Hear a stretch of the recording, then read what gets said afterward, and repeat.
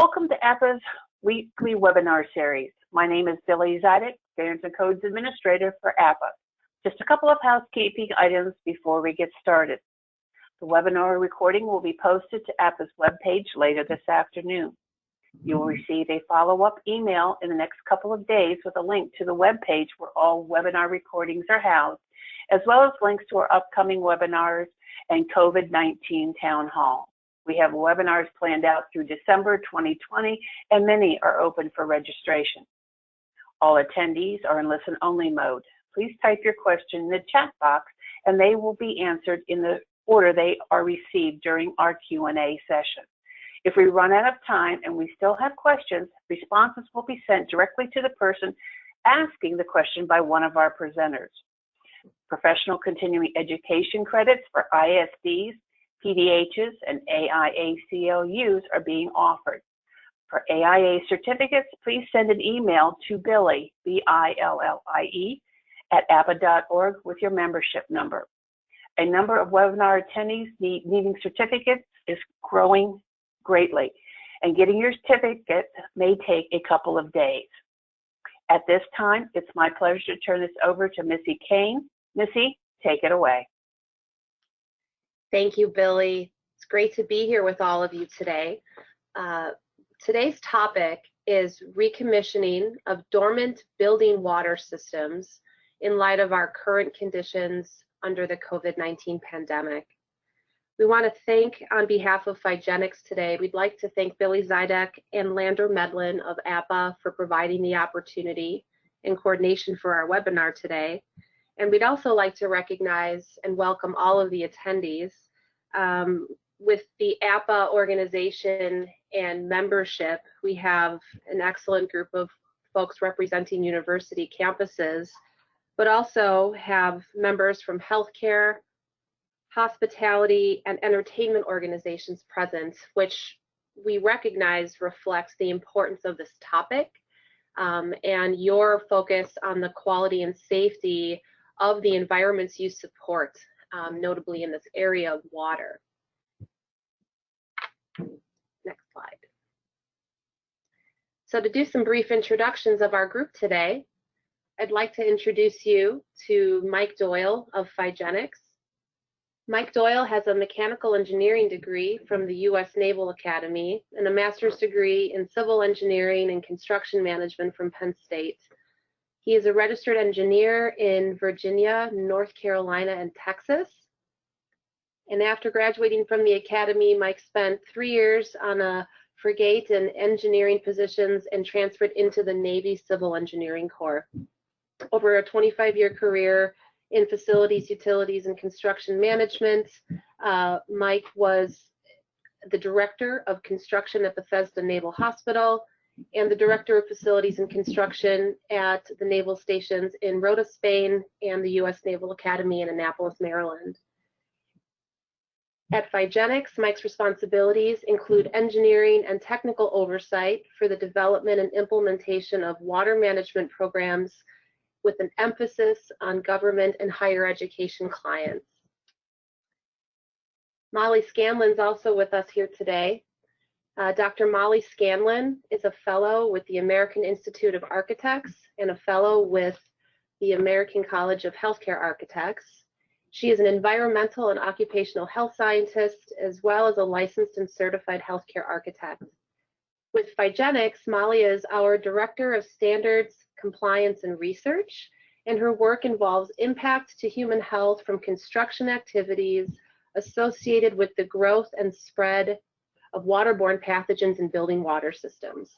Molly recently contributed as an author and content developer to the CDC's Prevent Legionnaire's Disease online training program through her work at the University of Arizona. Today I'm your moderator, and my role at Phygenics is the Director of Support Services with our Phygenics Support and Training Center team. We provide centralized support to our clients and our field teams that work across healthcare universities and the hospitality group.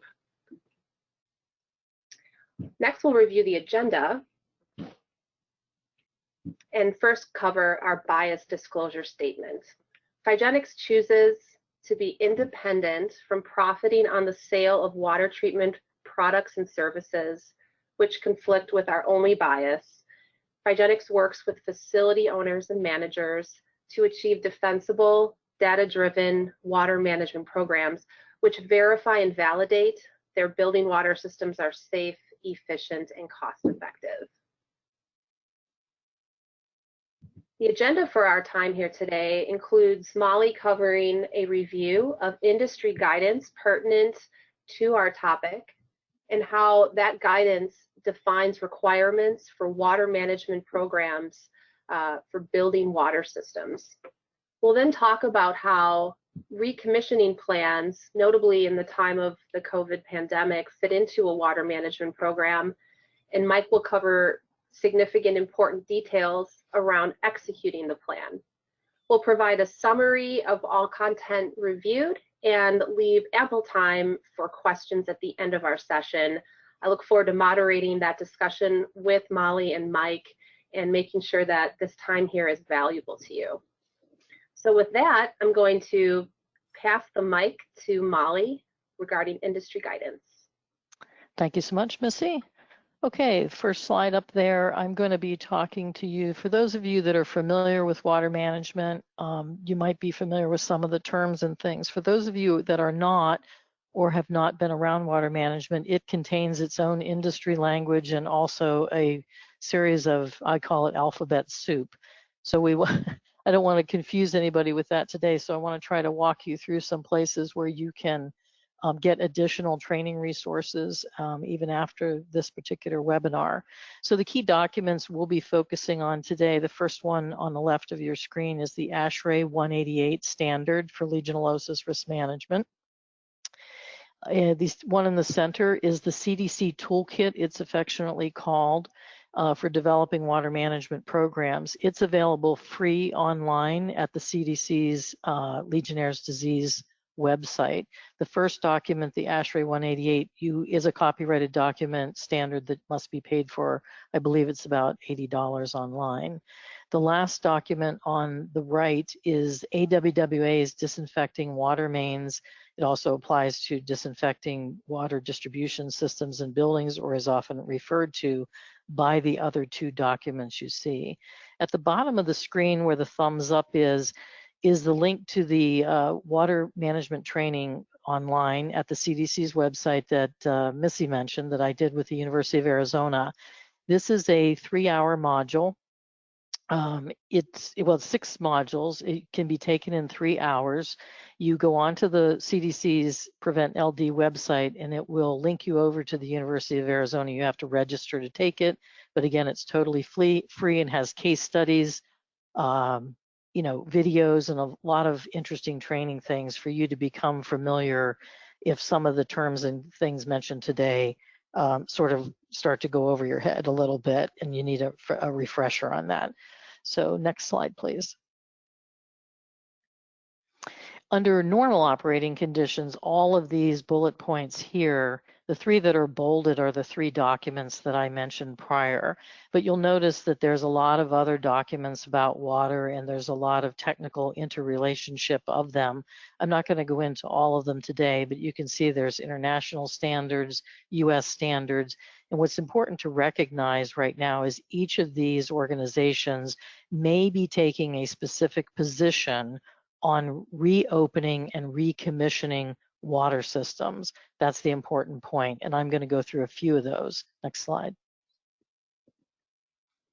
So under reopening after COVID-19, and you want to classify your facility as your COVID-19 after stay at home orders.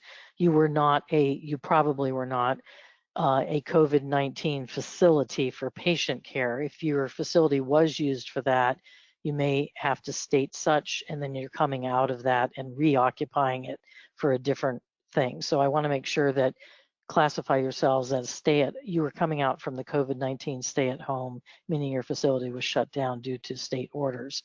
So the CDC has taken a position on the guidance on water management. I'm going to go through that in detail. The US EPA Office of Water has yet to take a position on their website, but I've been in some meetings or conference sessions where it's been suggested that they might. AWWA has some that I'm going to go through in more detail. And your state departments of health, we've been contacted by some, and I've been participating in writing some updated policies. So we want to make sure that you check with your state authority to see if they have taken a formal position on dormancy of buildings in your area. Next slide, please. So this is the CDC's COVID-19 page. They do have one that's connected for guidance of building water systems. And go to the next slide. It primarily directs you to their water management program general guidance. It doesn't take, as far as I can tell, a different position other than advising you as the building owner or building operator that you should have a water management program.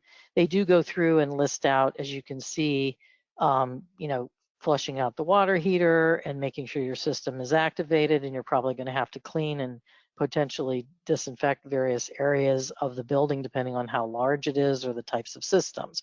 But really that guidance isn't any different than I can tell than the toolkit. They're just saying apply that at that time period. Next slide. The AWWA happens to offer a little bit more enhanced guidance. So when you go on their page for COVID-19, you want to scroll down and you'll see these 4 tabs that I show here. You want to look at the one that I have a dashed box around in red. It's called Shutoffs and Return to Service Guidance. It covers everything from homes to larger buildings. So if you scan down and we go to the next slide, I've pulled out the high points that they discuss. So the AWWA, they also will reference the CDC for how you start a water management program, but they suggest some things that I'm seeing consistent across some of these regulations. You probably want to check with your municipal provider to see what's going on in your area and what their position is on water, and I'm talking about the water provider. You want to check with the state agency to see if a formal position has been taken about reopening buildings. They are advising that the building owner should have basic information about either the history, current, or measures and monitoring of residual disinfectant in your system. As a scientist, I want to emphasize that if you have accurate information, you want to bring that forward so you can use it. If you haven't done anything, that's okay, but you want to be transparent about the information that you have. When you're trying to evaluate a water system with misinformation, it can lead to a lot of rabbit holes, and you want to avoid that. So the AWWA is just suggesting whatever information you have on the history, current, and actual situation with COVID-19, you want to be able to bring that forward to be able to talk either to a consultant and or one of these agencies. They're emphasizing water stagnation, which is the big problem. These systems have been turned off, but their site emphasizes elevated potential lead, copper, and Legionella levels at the tap, and they have a variety of resources there. They do have links to certain scientific papers if that's the type of information your organization wants, and I provided the link back to that site on this on this particular page. Next slide. This is the ASHRAE 188 itself. I pulled this section out in specific. This is section 8.4 on commissioning. Now, I will grant you that this document is not talking about recommissioning. This document is referring to commissioning coming out of a construction project. So that could be a renovation or a new building. However, some authorities are referencing this section as a potential because with this COVID-19, people were sort of caught off guard. There hasn't been a formal position. So some are leaning on this section to suggest that 3 weeks prior, you may need to do flushing and disinfection. The section is written as if the building is starting up and has never been occupied before. So the water management team may need to look at this and decide how they're using it, or you check with your authority having jurisdiction to see if they've referred to this section.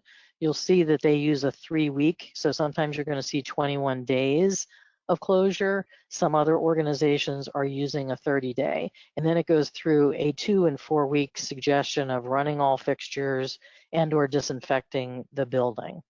Next slide.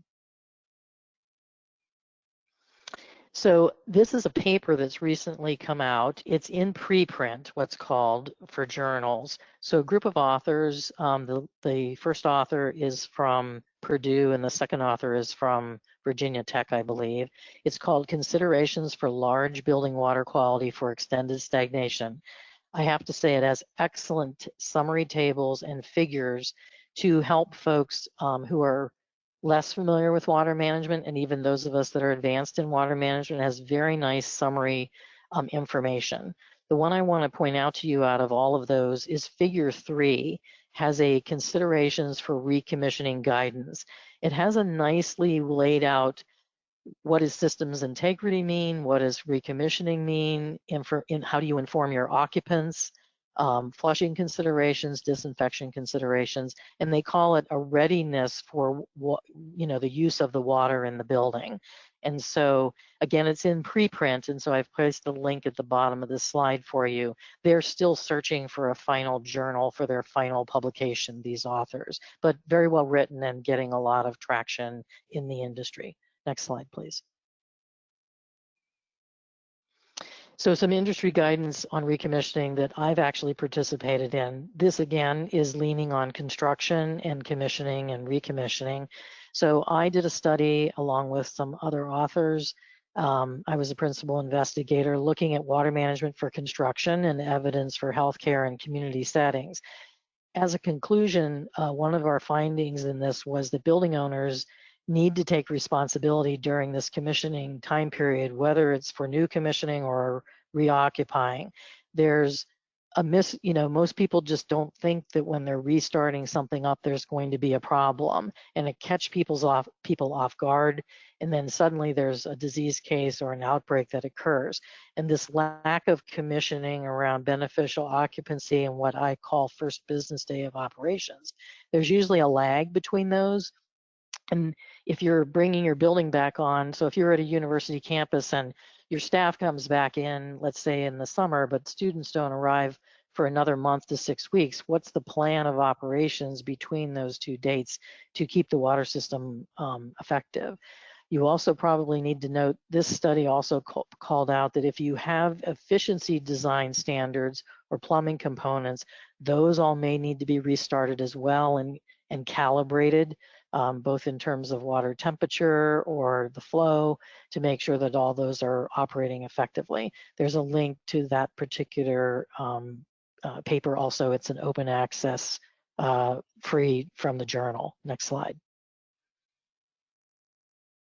In the research, I won't go into all, these are the 9 activities from construction risk factors that could be influencing disease cases and deaths. And I just circled the one here, building openings, and this building occupancy and reoccupancy was the #1 issue I found since 1965 till present day that was causing disease cases and deaths, both in the US and international. So this is we really need to raise awareness. And although you may not be doing construction activities, again, this is research that can be leaned on potentially by your local jurisdictions in order to say, we have a concern here about the reopening of these buildings. Next slide. So Legionella in water management, we sometimes call it the poster child of waterborne pathogens. There are many other pathogens that could cause problems. Legionella gets the most recognition and the titles on a lot of standards and compliance because it's the only reportable, Legionella is the pathogen, but Legionnaire's disease, or Legionellosis also as it's called, is the only reportable disease case structure up to the local, state, and then CDC authorities when it occurs. So you could have pathogens and other high bacteria. So sometimes you'll hear about bacteria tests, and are they less than 10 to the 3rd colony forming units to have, good water quality. And I'll have some clients will say, well, we don't have Legionella in the water, we tested for that. And I go, well, what do you think all that other bacteria is? It can be a problem too. These are mostly concerns, I would say, for healthcare institutions because they have immunocompromised patients. But if you have student populations or other that are immunocompromised, they could be subjected to other types of bacteria, protozoa, or fungi. On the viruses there, you'll notice I mentioned SARS-CoV-2. That's the actual virus, if you hear that. The disease is COVID-19, so that's the difference between the two acronyms. And the SARS-CoV-2 is not in, as we know right now, in the water system and supply, but there are discussions about how it is in the wastewater supply and how fecal matter may contain some of the virus and what happens in toilets and things like that. We're not going to cover that today, but that's where some of the conversation is with the actual virus itself. So I'm going to, next slide, and I believe we're going to turn this over to Mike. This is the 7 steps of water management, and Mike Doyle is going to formally walk you through that.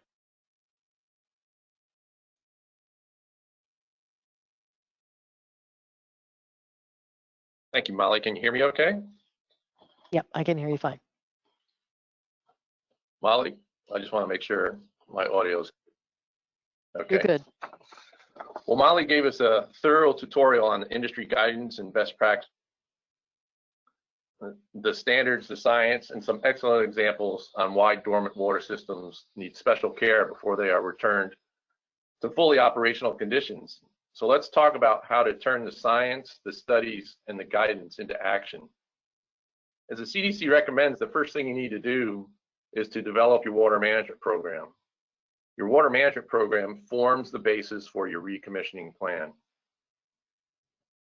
Let's do a quick review of the 7 steps of a water management program per ASHRAE 188 so that you understand the relationship between the two. Step number 1 is to form a cross-functional team that has both the responsibility and the authority to act. It needs to include all of the water stakeholders on the campus, not just the facility and utility departments. So be sure to include residence halls, environmental health and safety, alumni or partner hotels, and anyone else that owns or manages a water system on the campus. Step number 2 is to develop program goals. If you don't know where you're going, how are you going to know when you get there? You need to put in writing what success for your facility looks like. Next, I'm going to jump to some additional slides for steps 3 through 7. You have to know and understand your building water systems in order to be able to manage them for safety. I don't expect you to be able to read these 2 process flow diagrams. The one on the left is a 5-story building with 2 subfloors, and the one on the right is a utility plant.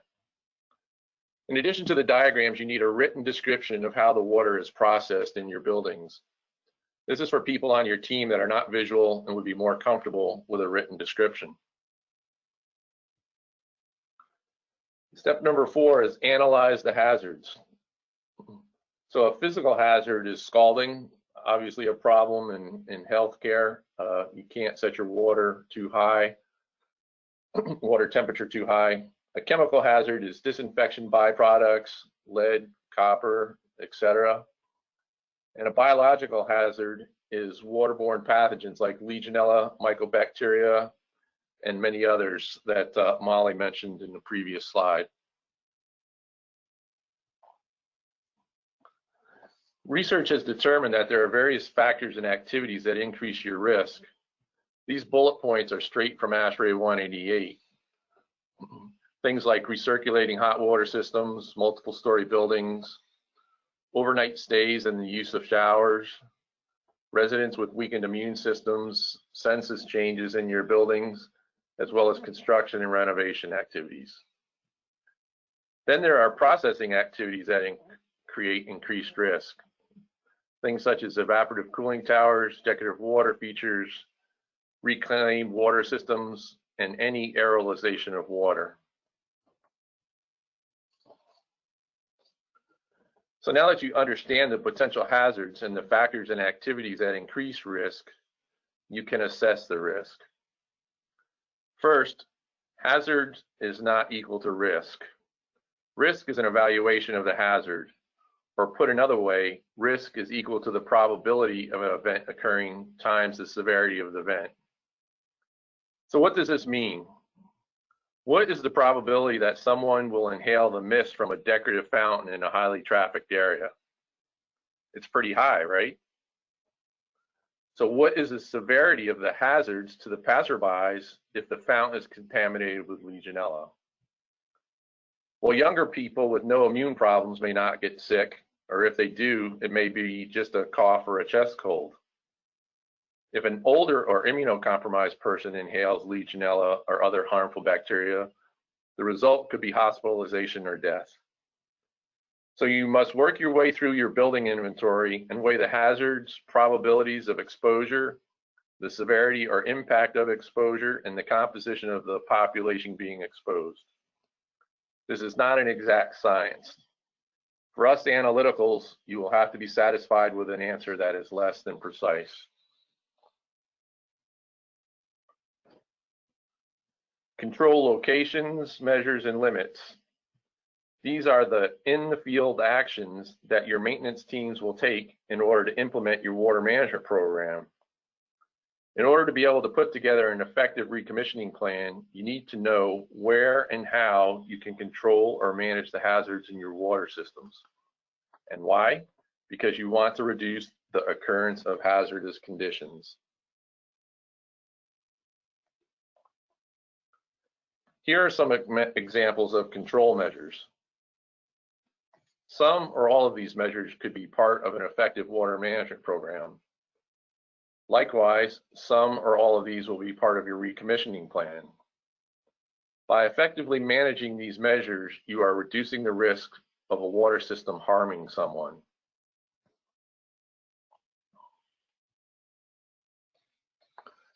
So what is verification and validation?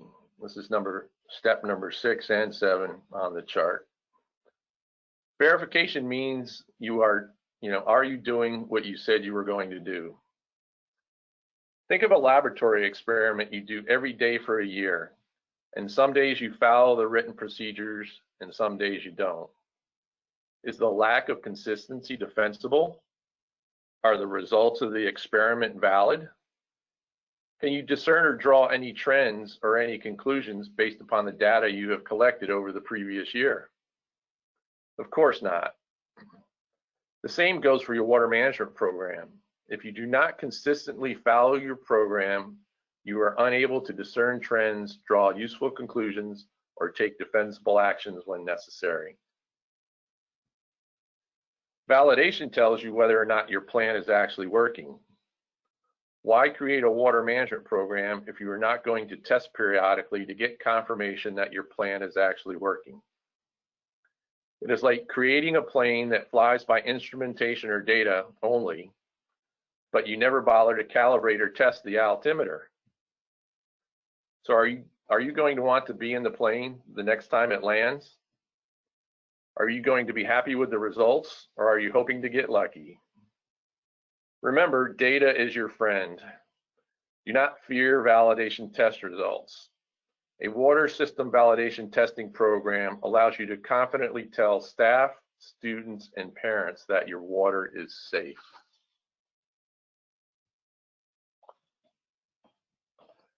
So here are some verification and validation examples. As you can see, there are various ways to verify and validate your program. For verification, you can check operator logs, flushing logs, and other records. For validation, you can test for Legionella or other pathogens or metals or any number of parameters depending upon the type of risk you are trying to control and minimize.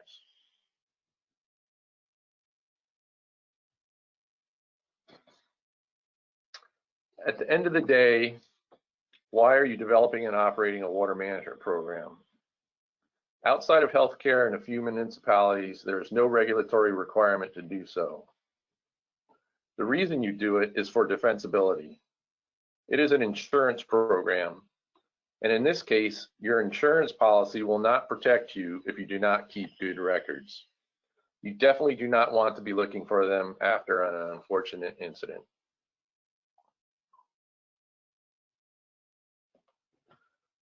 So here we go, what you all have been waiting for. Why do I need a recommissioning plan?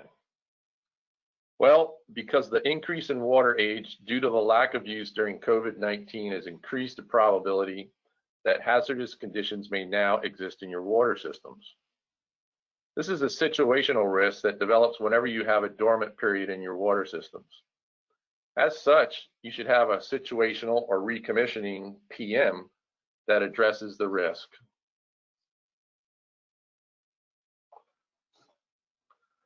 Hopefully, neither your pools nor the inside of your potable water systems look like this. Realize that there is no textbook definition of dormant water, so your water management team is going to have to define it for your campus. You also need to decide if you are going to apply this definition to more than just the COVID-19 event. After all, you have other similar events on campuses in some buildings on an annual basis. It would be nice if someone just gave us the answer, but be thankful that ASHRAE 188 leaves these decisions to you. So based upon your specific situation and the knowledge you have of your water systems and population, you need to make the call.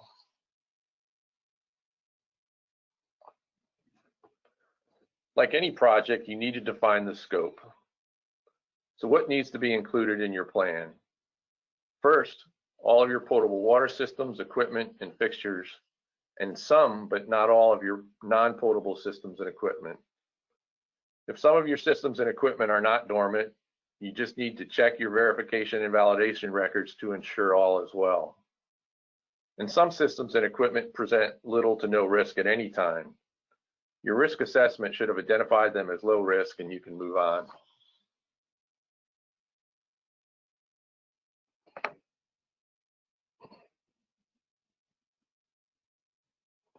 Many of you are probably trying to get your arms around the manpower and other resources required to do this. You're now getting into a part of the plan where you're going to have to make some tough decisions with probably less data than you would like. Here are some typical client questions. Do I treat all buildings the same, or do I take different actions on different buildings? What buildings do I do first, and what buildings do I do last? How many days before opening a building should I start? Some of my buildings are only going to partially reopen. What do I do? Does it do any good to start flushing 30, 60, or 90 days before opening? Those are all questions you will have to answer and balance. Taking your 100, 300, or 500 buildings on campus and categorizing them helps break down some of your decision making. You will probably need to cycle through this process several times before you get a plan everyone on the water management team is comfortable with and you have the resources to execute.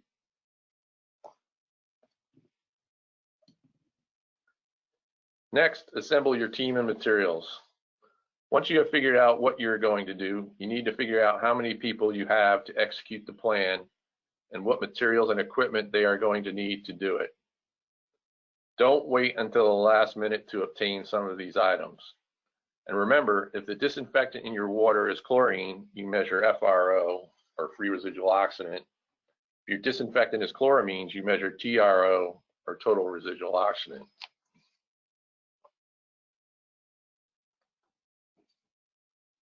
If you have a water management program, you may be able to skip some or all of these tasks because your team has already been performing these activities on a regular basis.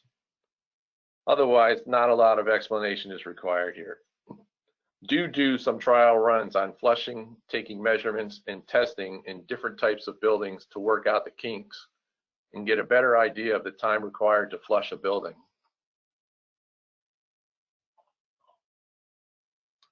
Check your incoming disinfectant. I cannot overemphasize this point enough, and Molly alluded to it previously. It can vary widely from day to day and season to season. Do not assume that you know what it is today because you took a reading 3 months ago or even 3 days ago, or because your water supplier says that is what they deliver. You need to know this number for various key points throughout your campus on a continual basis.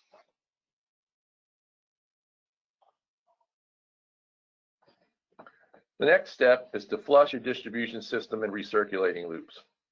Start with your campus distribution system if you own it, and if not, talk to your water supplier, and then move into your building distribution systems and recirculation loops. You're going to have to determine how much data to collect to confirm that what you are doing is actually working. And depending upon the size of the system and how much biofilm is in it, you may not be able to achieve these disinfectant levels. That does not mean that the flush failed. However, you may need to modify your plan. You confirm that your plan is actually working with validation testing.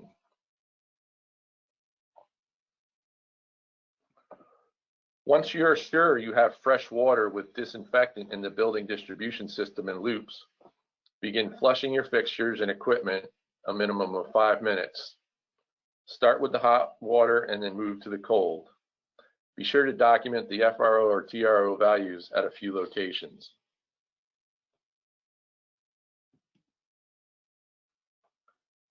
Do not forget about all the other equipment in your buildings that use water.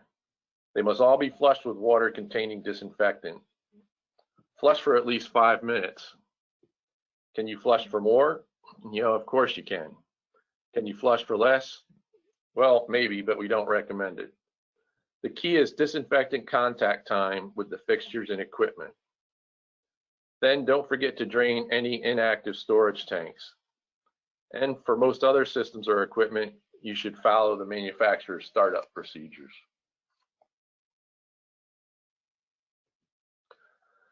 Lastly, verify, validate, and document success.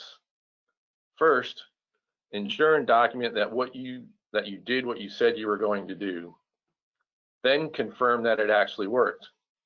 With results in 24 hours, conducting Legionella PCR testing is a quick, easy, and less expensive way to clear a building or to identify a problem that may need additional attention. Additional attention may include more flushing, cleaning or replacing fixtures, or conducting localized hyperchlorination, which can be done in most parts of the country without any regulatory involvement. And remember to document, document, document. Having the data in a location where all authorized team members can enter and see progress results in a more engaged team that will spot trends and pinpoint problems.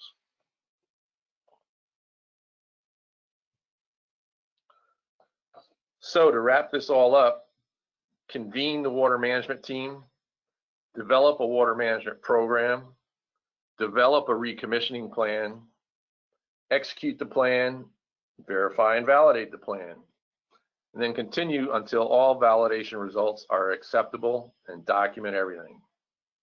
Be sure to thoroughly brief your plan to your senior leaders, including your plan to deal with a positive test result. Remember, a positive test result is not a cause to freak out. But if you wait until you get a positive test result to brief them on your plan to address it, it's too late. Lastly, don't develop a plan you can't execute.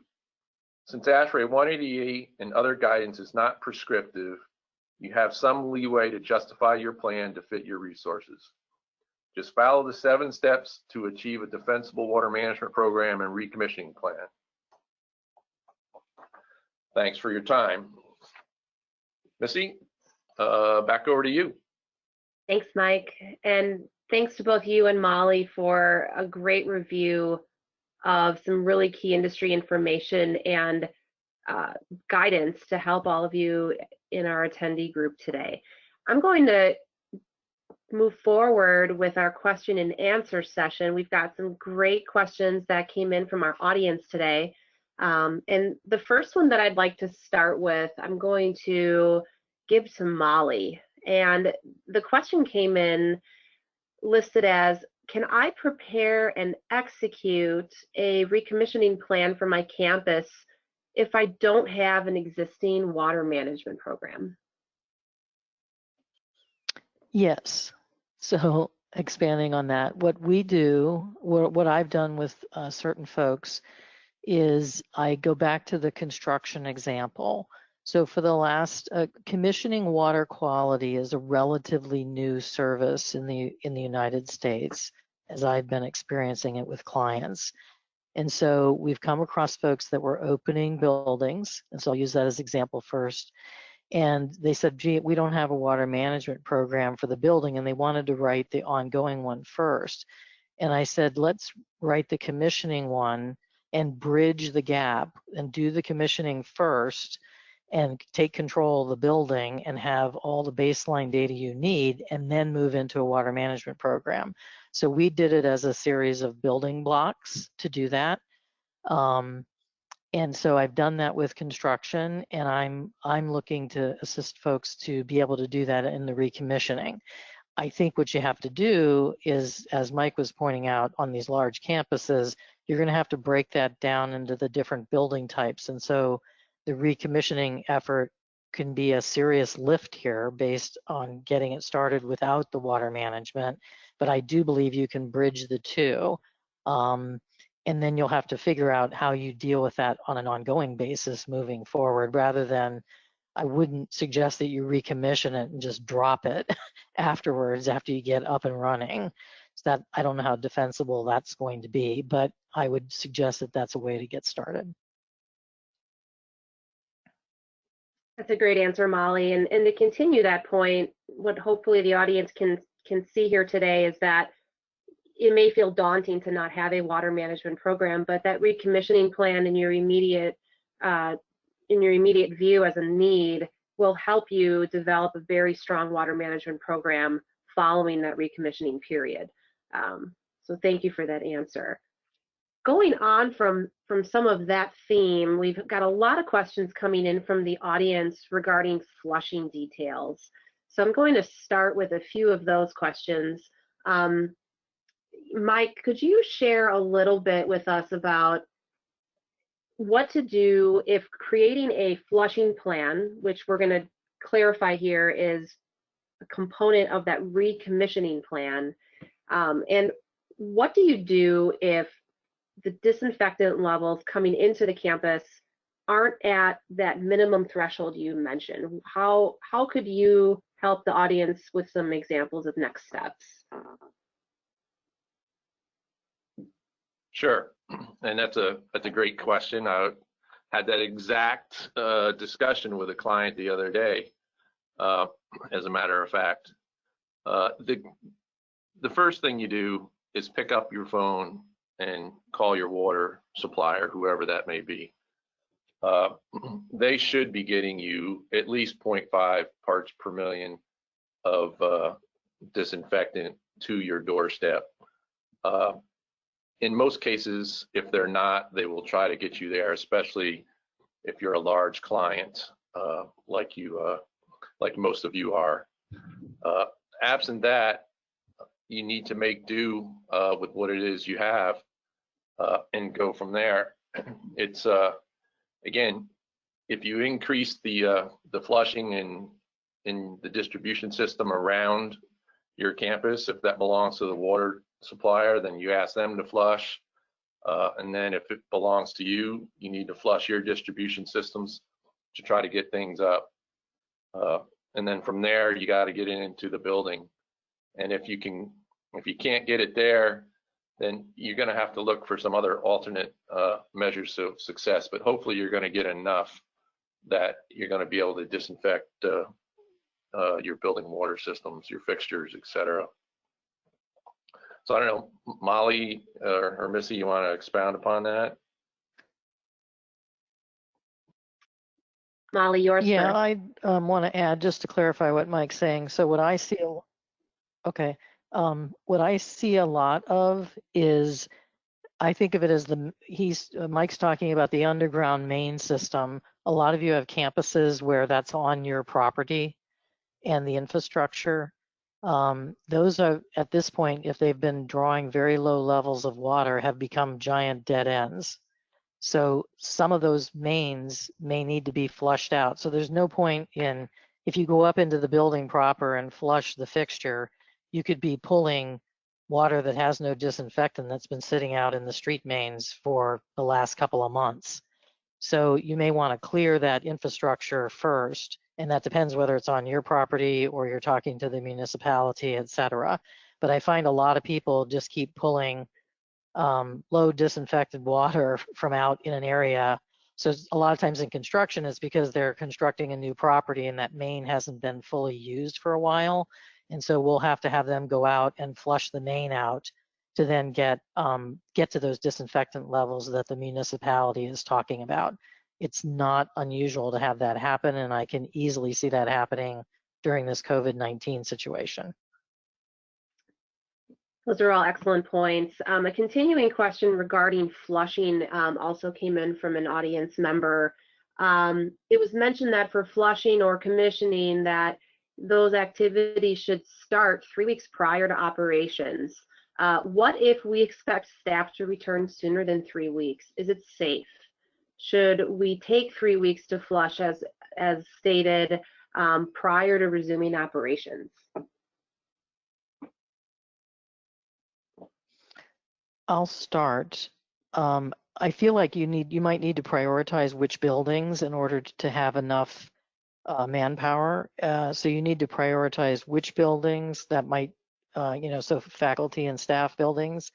To me, the sooner you start, the better off you're going to be.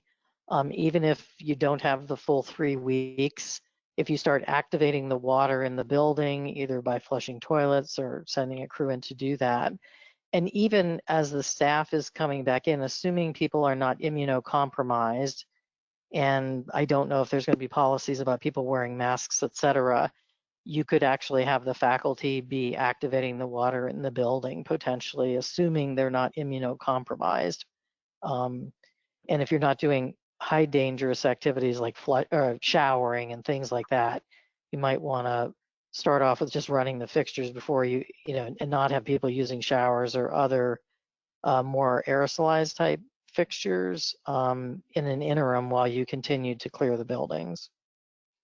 I think that's a great answer, Molly. The phased approach in conjunction with the risk assessment that Mike discussed is a very sound pathway. That kind of covers a related question that we received regarding that same issue of I don't have a water management program as of today, according to that CDC direction in alignment with ASHRAE 188. How do I even get started with a recommissioning plan when I have over 100 buildings on my campus? It has to start with prioritization based on some of those risk assessment factors that we discussed today. And that can also translate into the activities that you perform and what order you do them. So thanks for that. Go ahead. Oh, sorry, thought you had another comment there. Yeah, we'll go on. Oh, go ahead, Mike. Or Missy. Sure. Go right ahead. Yeah, please. One of the slides that did not make it into the presentation. Can you hear me okay? Yes. Yeah. Yeah, one of the slides that did make it into the presentation was about a project timeline, almost like a construction, CPM type of project execution framework, where you look at who's occupying what buildings when, you're getting staff coming back earlier before students, and you look at all of your various buildings and you stack it all up, you stack it versus your available manpower, and then you start estimating how long it's going to take you to get through the various buildings. And so your project timeline can be pretty detailed depending on the number of buildings you have, the resources, and how complicated your return schedule is. So yep, it's all one of the things you need to dive into now and figure out how you're going to execute, when you get down to the folks returning. Go ahead, Missy. Absolutely. Thanks, Mike. Going from that general theme, there's a good number of questions coming in regarding the need and process for Legionella testing, those validation components that Mike and Molly discussed. One question asked was, what is a credible resource for Legionella testing? And I'll take that one first and then pass to Mike and Molly to expand. Across the United States, there are many laboratories that are qualified to perform Legionella microbiological analysis for building water system samples. Credentials that you should consider as a building owner or manager is that the laboratory is CDC Elite certified. Their methods are considered proficient under that program. But from there, you may consider evaluating laboratories and the comprehensiveness of their test methods for Legionella. Legionella spread plate or ISO standard method culture is considered the gold standard, and the laboratory should have a running historical evidence of performing that method. But laboratories are continuing to expand in this area regarding molecular test methods that can give you screening results or next day results, as I believe Mike had on a slide, as well as culture results that can report faster than 10 days, depending upon those protocols. So the message here for the group would be, you do have some options, and you should consider how those results are going to be utilized and the timeframes under which you're operating or planning to reopen. Another question that came in regarding the need to test for Legionella with a validation approach. We measure good chlorine, listed here in the question as greater than 0.2 milligrams per liter or parts per million, but we do have mixing valves at the taps. Is this good enough? Is this chlorine value good enough? Should we sample for Legionella at those taps? And Molly, I'll give that one to you.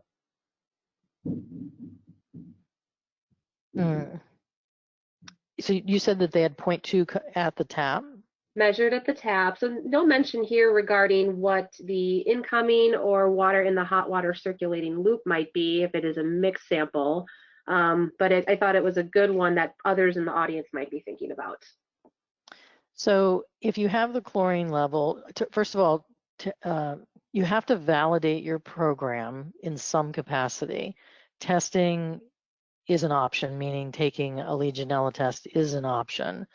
What they do in healthcare facilities is they suggest there's no disease cases in the presence of the situation, and so they use disease cases, but that means you have to have folks that understand disease cases and transmission present, and in most educational facilities that's not going to exist. So testing is optional, but it's advisable, and there's ways that you can use testing to do what I call screen the buildings.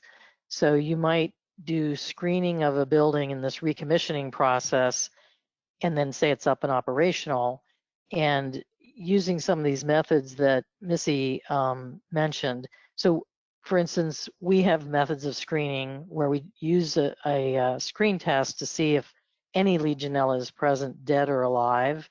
And if it's not present, you may not have to consider going to the next level of testing. So you can use a series of testing by way to, I call it clear the building. You may sunset that after the recommissioning process.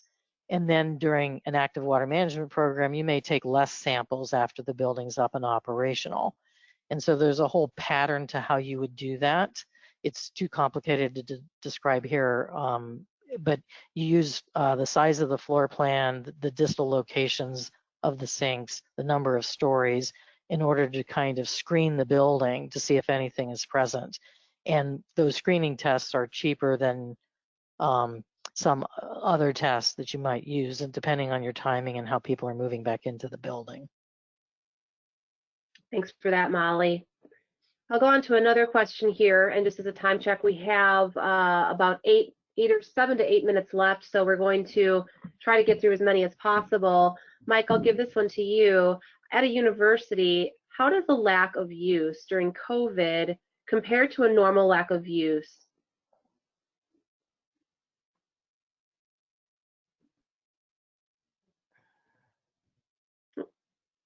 A lack of use during COVID compared to a normal lack of use.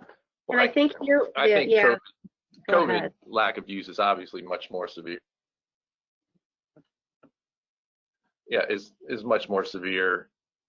When you look at normal spring break, winter break, summer break, the campus doesn't empty out the way it did during COVID-19. So the procedures that you're going to have to put into place are going to have to be much more extensive for bringing things back online after COVID than they would have during a normal campus break period.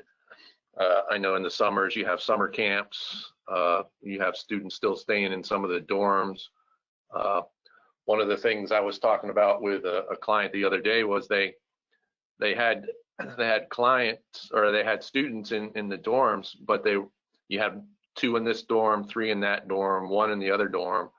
I said, you know, if they could consolidate them, they need to try to do that to keep the water safe while they're here, or do take some precautionary measures. But I just think in general, what you're going to have to do this time around is going to be much more comprehensive and substantive than what it is you would do during the normal break period. Absolutely, and sure, thanks, Mike. And to continue on from that point, if you have not developed a water management program historically that addresses periods of low use during seasonal changes on your campus, perhaps a positive opportunity here is that this recommissioning program can be scaled or adjusted for those more normal conditions of shutdown and keep your system and your campus moving forward. Okay. One other question that's Can I add one thing, Missy? Oh, of course, Molly. Thank you. I think that the university campuses actually have an advantage right now over other business structures. So some businesses want to open immediately, but a lot of these university campuses, at least, you know, I'm out west, so our semester situation, universities are ending this week in terms of what their normal piece would have been.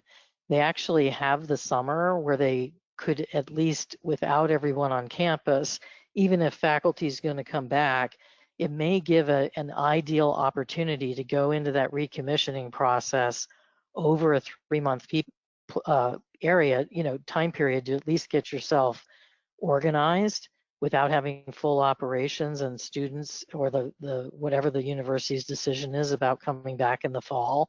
I think it's a tremendous advantage that's here now that I don't think you want to let pass yourself by, even if the university is still in flux about what the fall may look like, compared to other large-scale operations that want to open immediately.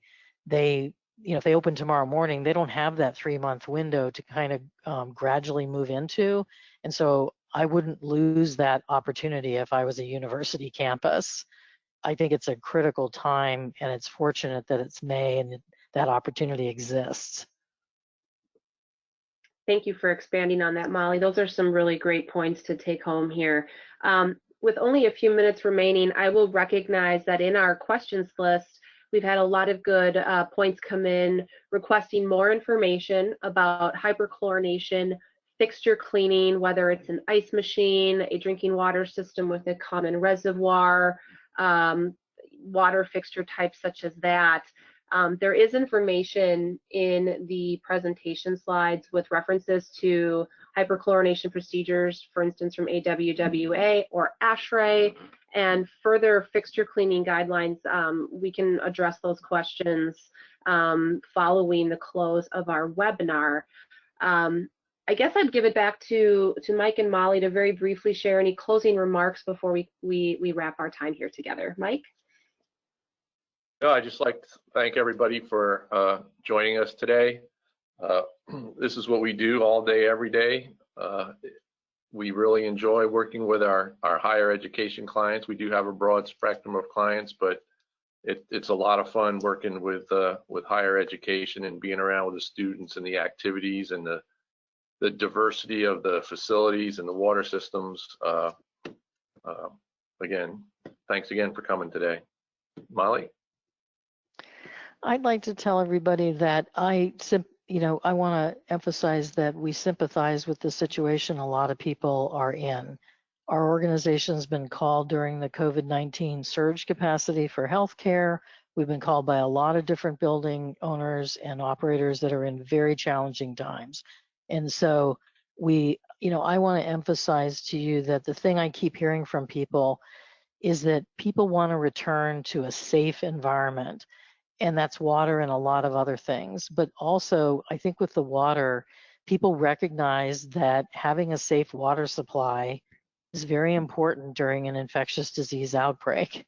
And so whatever business that you're running, people for hand hygiene, for showering, et cetera, or if they're going to be living there, they want to know that that's safe. And I think the more things that people do, I know as a consumer, I'm evaluating which businesses I want to interface with based on safety, their efficiency of doing it, and their communications to me. So to me, the benefit of a water management program and the recommissioning process is a transparency that your organization will feel about communicating safety out to your constituents, whoever that is. And I just think that's what I keep hearing in my involvement, both with the American Institute of Architects and also within our own organization. So I just want to encourage you that there are resources out there, and it may seem daunting at first, but you know, we always say, you know, jump into the pool, get in your swim lane, and it'll probably be okay. You just need to get started. And I think you'll get a lot of rallying cry around your organizations to do something like this. Thank you, Molly. Well, we are at the top of the hour, so we've used our time well today. We thank all of you for attending, and we look forward to being in touch in the future. Thanks, Billy. Thank you. Everyone be safe and stay healthy.